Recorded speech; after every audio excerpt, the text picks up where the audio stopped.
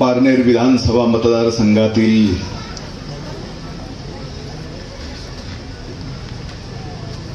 विविध विकास कामाच्या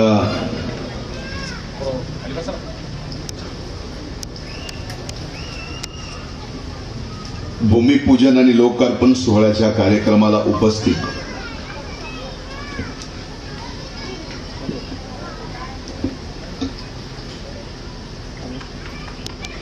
राष्ट्रवादी काँग्रेस पक्षाचे ज्येष्ठ नेते आदरणीय दादाभाऊ कळमकर,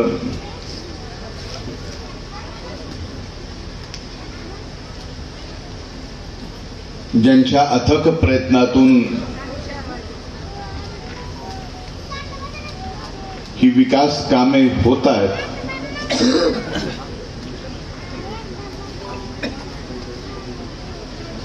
लोकनेते माझे जिवलग सहकारी निलेश लंके,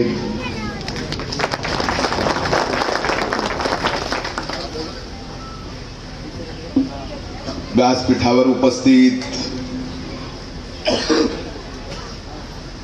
अशोकरावजी सावंत,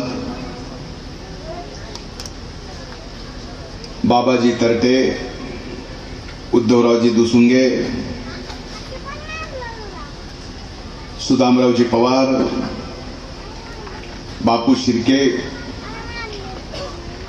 विक्रमजी कळमकर, सो पूनमताई मुंगसे,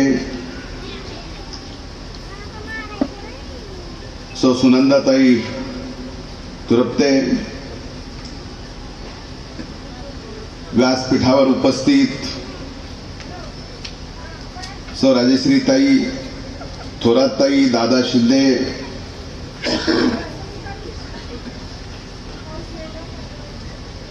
व्यासपीठावर उपस्थित असणारे सर्व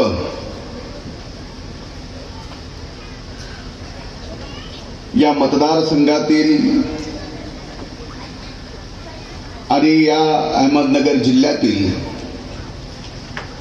राष्ट्रवादी काँग्रेस पक्षाचे सन्माननीय नेते आणि आजच्या या कार्यक्रमाला उपस्थित मोठ्या संख्येने असणाऱ्या माझ्या माता भगिनी, वडीलधारी मंडळी, मोठ्या उत्साहात असणाऱ्या माझ्या तरुण भावांनो आणि इथं उपस्थित पत्रकार मित्रांनो,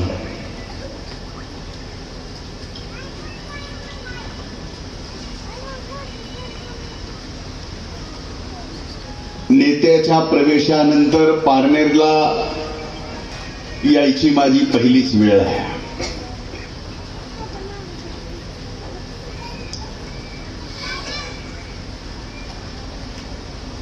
बसल्या बसल्या अनेक मान्यवरांची भाषणं ऐकत असताना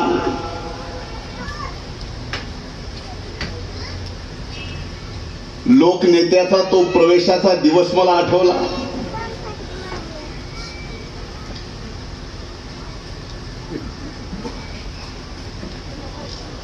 तो दिवस काय होता हेही मला माहिती आहे आणि त्या दिवसाची या भागाची परिस्थिती काय होती हेही मला माहिती आहे. नेत्याच्या प्रवेशाच्या वेळेस सरस्वती मातेने माझ्यात मुखून काय बोलून घेतले हे मला माहित नाही, पण बोलताना बोलून गेलो.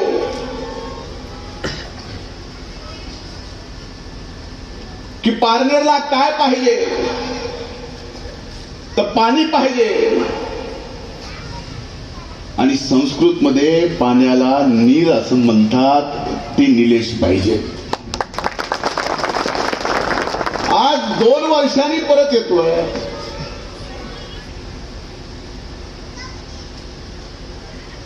आता जर तुम्ही थोडं शांत बसाल तर पाणी वाहल्याचा आवाज तुम्हाला येईल.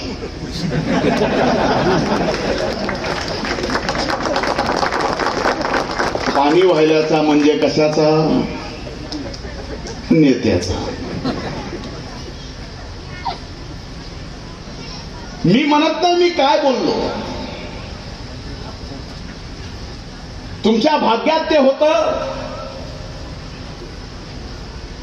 कारण मायबाप जनता तुमच्या पाठीमागे नेते त्यावेळेस खंबीरपणाने उभी होती. मी सर्वप्रथम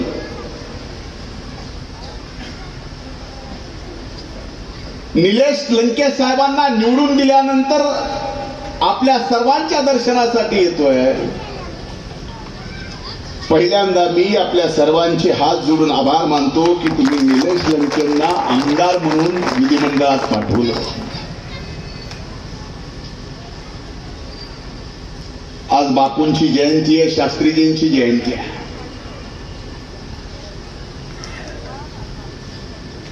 दोघांच्या स्मृतीस वंदन करून मी माझे विचार या ठिकाणी मांडले. माझ्या जीवनामध्ये मी फार मोठ्या सभा पाहिल्या.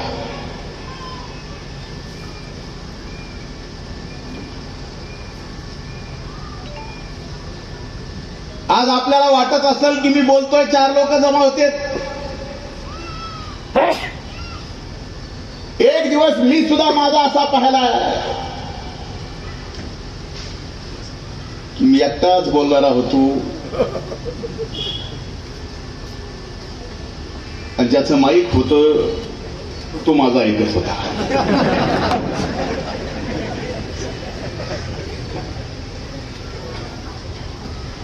पण निलेश लंकेच्या त्या दिवशीच्या जाहीर प्रवेशाचा कार्यक्रम,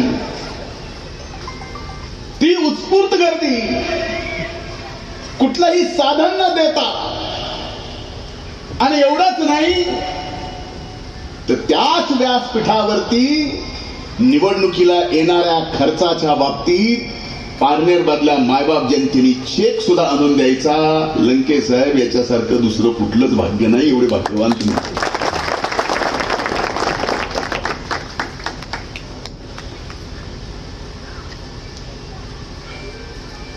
नाहीतर राजकारण एवढं तापले, गावात नव्या एका पोरानं पांढरा शर्ट घातला रे घातला.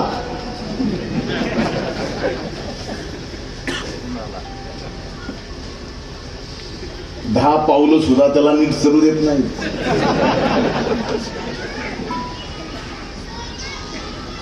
लंके साहेब आपल्यासाठी सगळं.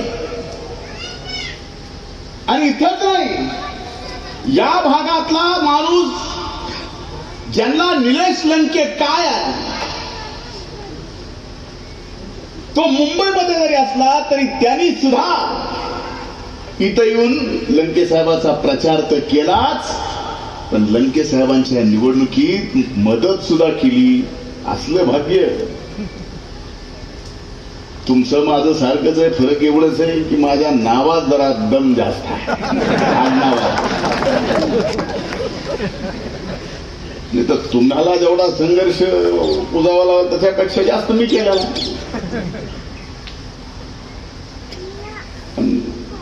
अण्णा मोठं लागलं की मोठ्याच्या घरी पोरग जन्माला आलं, याचा अर्थ तसा होतो.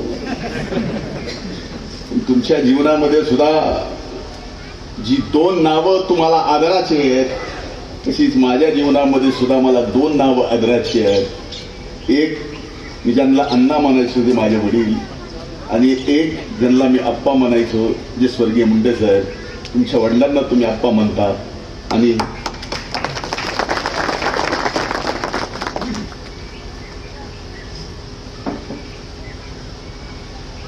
दोन संघर्ष करणारी माणसं एकत्र आली, एकमेकाची त्यांना लय माया यायची. त्यामुळे तुम्ही असं कुठल्याही विषयात संघर्ष करायला लागले, भलेही आम्ही पारनेरमध्ये नसो, भलेही आम्ही नगरमध्ये नसो, भले आम्ही मंत्रालयातल्या ऑफिसच्या बसल्यावर असो किंवा परळीत असो, पण आपलीच एक प्रतिकृती आपल्या या सामान्य माणसासाठी लढते, याच्यासारखा दुसरा अभिमान कुठला असू शकत नाही.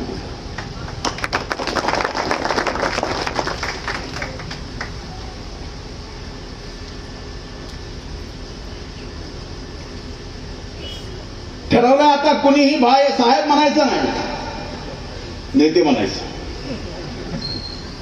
मान्य आहे. लोकमान्यतेशिवाय लोकनेता होणं शक्य नाही. आणि आता लंकेश साहेब, लोकमान्यता तुम्हाला मिळालेली आहे म्हणून तुम्हाला आज या ठिकाणी नेते म्हटलं जातं.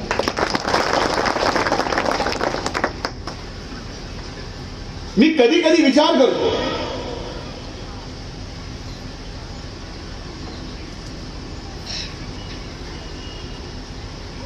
अनेक जण पवार साहेबांचे सहकारी इथं सुद्धा दादाजी आहेत.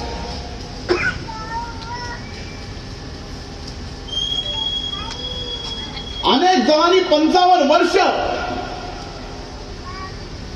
आदरणीय पवार साहेबांच्या सोबत राहून काम केलंय. पण मला हे रसायन कधी कधी कळालं नाही. लंकेश साहेब, तुम्ही एवढे भाग्यवान आहात. संघर्ष तुम्ही केलाय. पहिल्यांदा विधानसभेची उमेदवारी दिली, पहिल्यांदा आमदार झाला. आमचं तसं नव्हतं.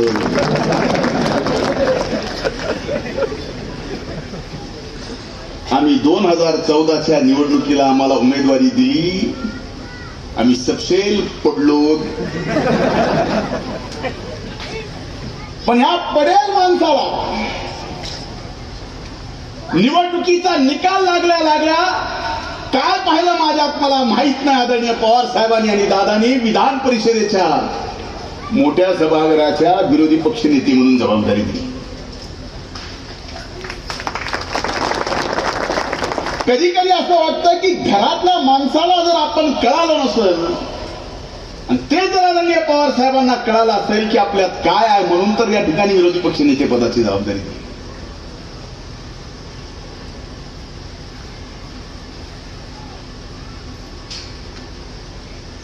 वर्षाचा आदरणीय पवार साहेबांचा राजकीय इतिहास असा समोर आणला.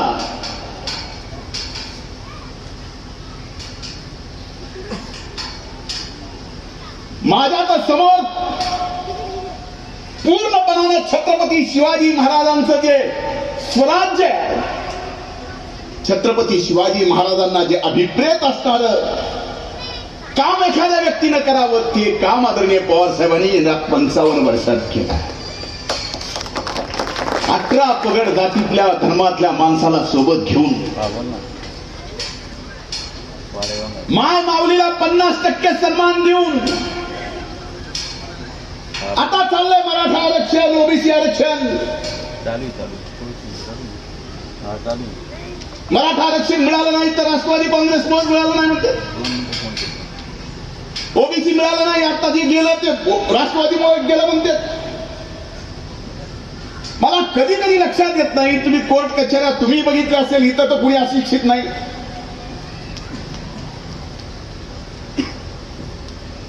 कोर्टात प्रकरण गेलं, साक्षी पुराव्याला लागलं,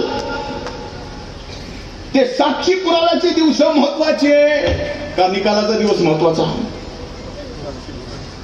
साक्षी पुरावे दिवस. साक्षी पुरावे झाले भाजपच्या काळात आणि दोष आम्हाला. अरे ज्या आदरणीय पवार साहेबांनी राष्ट्रवादी काँग्रेस पक्षाने माझ्यासारख्या भटक्या समाजात जन्माला आल्याला कुठल्या समाजातला विचारलं नाही, 2014ला विरोधी पक्ष नेतेपदी बसवलं. असे कित्येक जण सांगायचे ज्या 18 पगड जातीतल्या माणसाला आदरणीय पवार साहेबांनी मोठं केलं. अरे सगळ्यात मोठं उदाहरण जर द्यायचं असेल, देशाचे प्रधानमंत्री व्हीपी सिंग होते, त्यावेळेस राज्याचे मुख्यमंत्री आदरणीय पवार साहेब होते. भारतीय जनता पार्टीने कमंडल काढलं, व्हीपी सिंगांनी मंडल आयोग आणला आणि या देशात तो मंडल आयोग कोणी लागू केला तर एकमेव होते आदरणीय शरदचंद्रजी पवार, जे महाराष्ट्राचे मुख्यमंत्री होते. मुख्यमंत्री म्हणून महाराष्ट्रात लागू केले.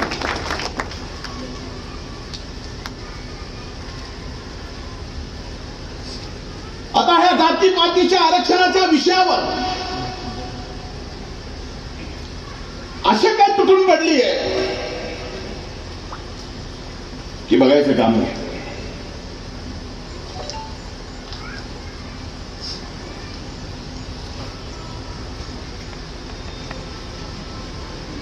काही जणाला राग येणं स्वाभाविक आहे. मी त्यावेळेसच्या तत्कालीन मुख्यमंत्र्यांना म्हणलं होतं, मित्र होते माझे, म्हणलं काही कर रे बाबा, तू पवार साहेबाचा नाद करू नको. ऐकलं नाही. आपल्याकडे होत्याचं नव्हतं, नव्हत्याचं होतं म्हणाले. ती म्हण जर कुणी खरी करून दाखवली असेल तर ती आदरणीय पवार साहेबांनी करून दाखवली.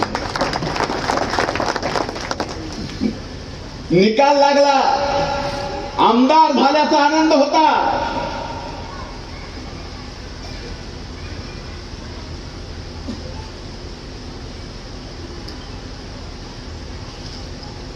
नेत्यांनाही होता, मलाही होता. पण आकडे असे आलते निकालाचे आमदारांचे, काय होईल कळायला मिळलं नाही. पण होत्याचं नव्हतं, नव्हत्याचं होतं ही म्हण कशी खरी करून दाखवली.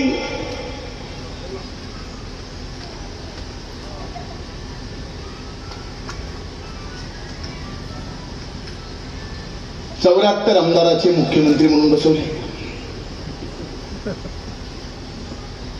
56 आमदाराचे उपमुख्यमंत्री, 44 आमदाराचे मंत्री आणि 105 आमदाराचा विरोधी पक्ष नेता. याला म्हणतात लोकशाही. आणि खऱ्या लोकशाहीची ओळख अख्ख्या जगाला कुणी करून दिली? आदरणीय पवार साहेबांनी करून दिली. आता आम्ही मंत्री, निकाला दिवशी वाटलं होतं आम्हाला मंत्री. चला आमदार म्हणून काम करायचं. आता काय निकालच तसे लागले होते. पण जगाच्या पाठीवर लोकशाही कशी असती, होत्याचं नव्हतं कसं करायचं, एकमेव उदाहरण आहे. आणि त्या उदाहरणाचं नाव आहे आदरणीय शरदचंद्रजी पवार साहेब. आज योगायोग बघा.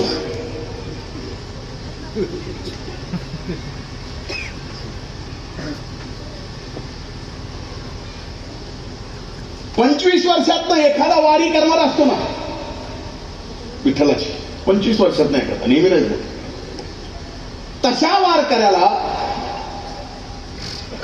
वारकऱ्यासोबत विठ्ठलाचं दर्शन घडलं असा योग येणं म्हणजे माझ्यासाठी आज वारकऱ्याच्या घरी साक्षात विठ्ठल येणं आणि त्या योगाचं दर्शन माझ्यासारखा 25 वर्षानंतर वाऱ्या करणाऱ्याला भेटतो. साधा योग आहे का?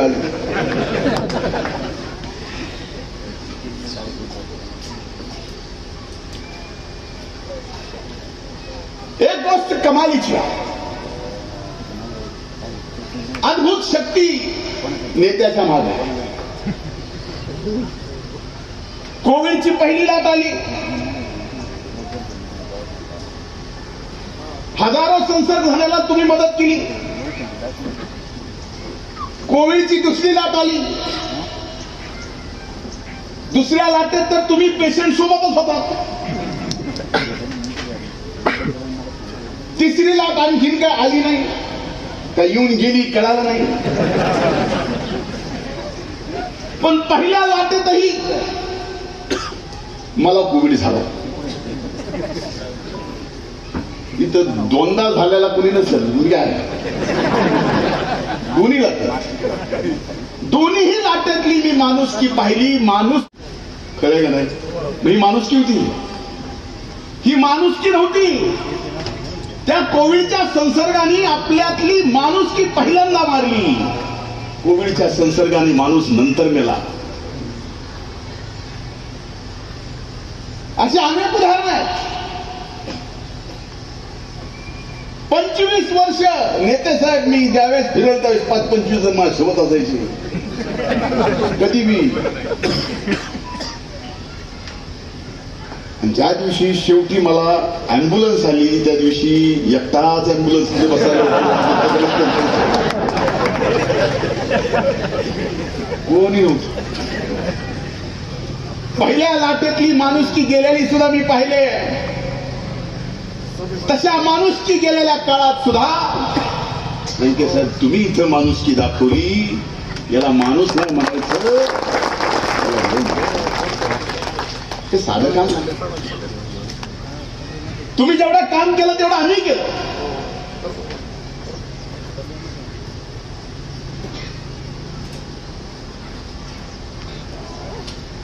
आणि दुसऱ्या लाटेत दुसरी लाट अशी मजेशीर होती. मी माझ्या डोळ्यांनी बघितलं. सख्या भावाला मुंबईहून आलेल्या गावात, ज्या गावात तो राहतो त्या गावात त्याला घेतलं नाही पहिल्या लाटेत. आणि दुसऱ्या लाटेत सख्या भावाला कोविडचा संसर्ग झालाय आणि सख्खा भाऊ कोटच्या खाली त्याची काळजी घ्यायला बसलाय. ही माणुसकी सुद्धा पाहिजे. सेंटर काढून दोन्हीही लाटेत ज्यांनी आपली माणुसकी जिवंत ठेवली, एवढं चांगलं काम निलेश लंके साहेब आपण केलंय. मी मतदाराच्या वतीने मी आपल्या सगळ्यांचे आभार मानतो. हे आभार मानणं नाही, आणि तुम्ही हे जे केलंय ते फार काही केलंय असंही माझं म्हणणं नाही. कारण तुमच्यावर असेल, माझ्यावर असेल, असं मायबाप जनतेने प्रेम करणं, त्यांच्या उपकाराची परतफेड लंके साहेब तुम्ही आम्ही आपल्या अंगावरच्या कातड्याची जुडी करून जर यांना घातली तरी ती फिटू शकत नाही. ते आपल्याला काम करावंच लागणार आहे. बोलत बोलत लंके साहेब म्हणले कुणीतरी येतं उद्घाटन, तुम्ही फक्त शांत बसा आणि पाणी कसं खेळायला लागले ते ऐका. निलेश लंकेशिवाय दुसरं काय नाही. आणि मी आज शब्द देतोय, सामाजिक न्याय विशेष सहाय्य मंत्रालयात पण माझ्या विभागाशी जो काय निधी द्यायचा आहे, नेते साहेब नक्कीच सर्वांपेक्षा काकणभर आघाव पारनेर विधानसभा मतदारसंघातला मायबाप जनतेला देणार. पण आपण चालू ठेवलेलं हे जे काम आहे, म्हणजे आपण काय म्हणलात, माझा जन्म लोकांसाठी झालाय, माझा जन्म लोकांच्या सेवेसाठी झालाय, तेच तुम्ही करताय. पण मायबाप जनतेकडून अपेक्षा एवढीच आहे की ज्या वेळेस वातावरणातली माणुसकी संपली होती, त्यावेळेस या व्यक्तीने आपल्या हृदयातली आणि घरातली माणुसकी ठेवून आपल्या सगळ्यांची सेवा केली. त्या माणसाला जीवनात तुम्ही कधीच विसरू नका. त्या माणसाला जेवढं मोठं कराल तेवढा पाण्याचा आवाज आपल्या मतदारसंघातल्या नादी नळ्यामध्ये खळखळ वाजेल, याचं शब्द मी देतो. आज 7,79,00,000 रुपयाच्या कामाचं भूमिपूजन लोकार्पण झाला. मी त्याची घोषणा करतो. 7,79,00,000 एवढं जमते.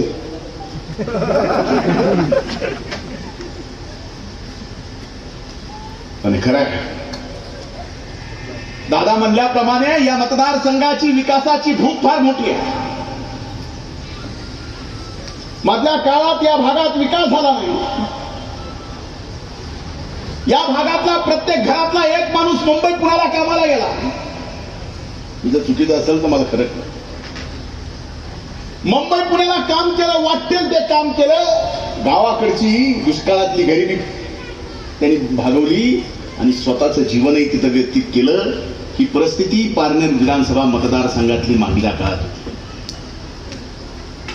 नेते, तुम्हाला आम्हाला काम या मतदारसंघात असं करावं लागेल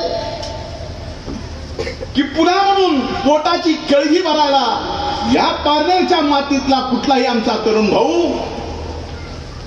एमपीएससी यूपीएससी होऊन गेला तर जाऊ द्या, पण पोटाची खळगी भरायला बाहेर कुठे गेलाय नाही. त्याला इथंच आपल्याला तेवढ्या मोठ्या प्रमाणामध्ये यायले. उद्योग जवळ आहे तुमच्यासाठी तर फार चांगलं आहे. आम्ही पार खूप चिलाय बॉर्डरच आहे, पण हे तुम्हाला शक्य आहे. आणि मी आपल्याला सांगतो, महाविकास आघाडीचं सरकार आहे. उद्धवजी ठाकरे साहेब मुख्यमंत्री आहेत,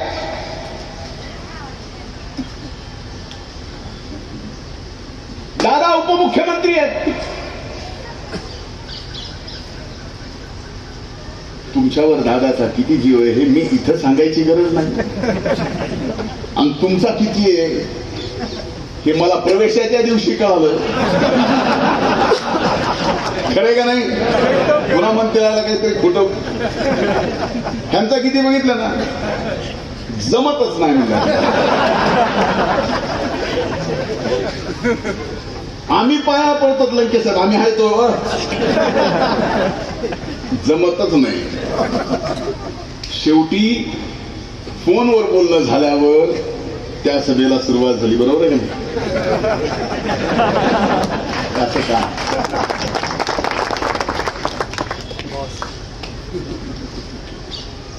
आज तुम्हाला एक प्रश्न विचार, मनातून उत्तर द्या. नाव निलेश लंके सोडून द्या. निलेश लंके म्हणजे माझ्या घरातलं, मीच, माझंच कोण, असं तुम्हाला वाटतं का नाही? खरं का नाही? हे विश्वास कमवणं फार मोठं आहे.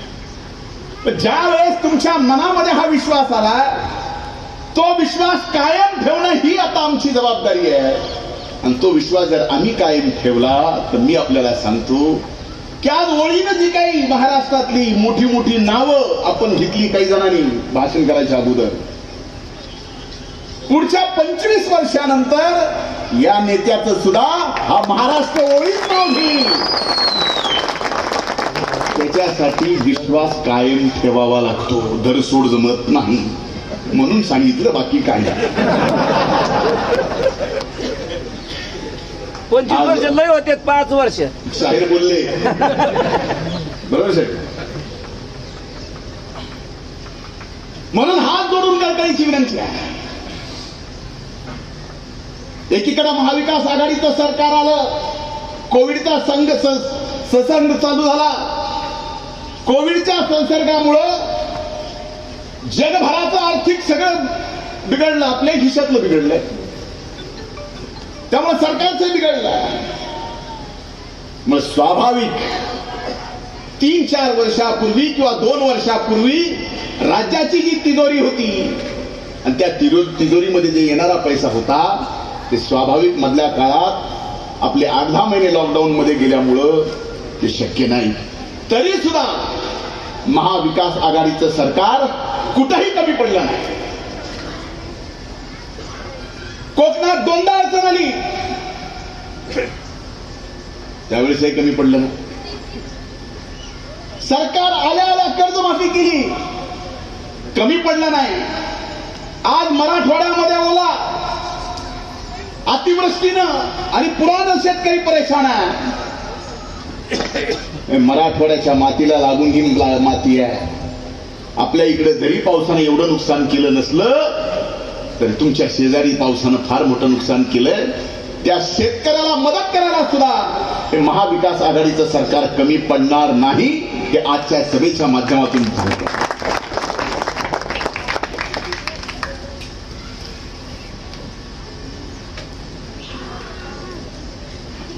आज अनेक प्रकारे सत्ता पक्षाच्या आमदाराला बदनाम करायचं चालू आहे. कुणी कितीही प्रयत्न केले तरी महाविकास आघाडी मजबूत आहे. लंके सर, आज आपण 7,89,00,000 च्या भूमिपूजनाला बोलवलं. भविष्यातही तुमच्यासारख्या संघर्ष करणारा, तुम्हाला जीव लावणाऱ्या माझ्यासारख्याला आपण नेहमी मतदारसंघात बोलवाल हीच अपेक्षा ठेवून माझ्याकडे जेवढी निवेदने दिली, ज्या मागण्या केल्या, त्या सर्वच्या सर्व मागण्या ज्या शक्य, ज्याला शासन निर्णय बदलावा लागणार नाही अशा सोडून ज्या काय आल्या त्या मान्य झाल्या अशा समजा. काही ग्रामपंचायती नाही दिलेली, वाडेगावांनी माझ्याकडे या ठिकाणी सभागृहापासून सर्व निधी मागितला. तो सर्व निधी या ठिकाणी मी मान्य करतो. आपण असंच राष्ट्रवादी काँग्रेस पक्षावर, आमच्यासारख्या कार्यकर्त्यावरती मनापासून प्रेम करावं. पाण्यावरती प्रेम करावं. खूप खूप धन्यवाद. जय हिंद, जय महाराष्ट्र, जय राष्ट्रवादी.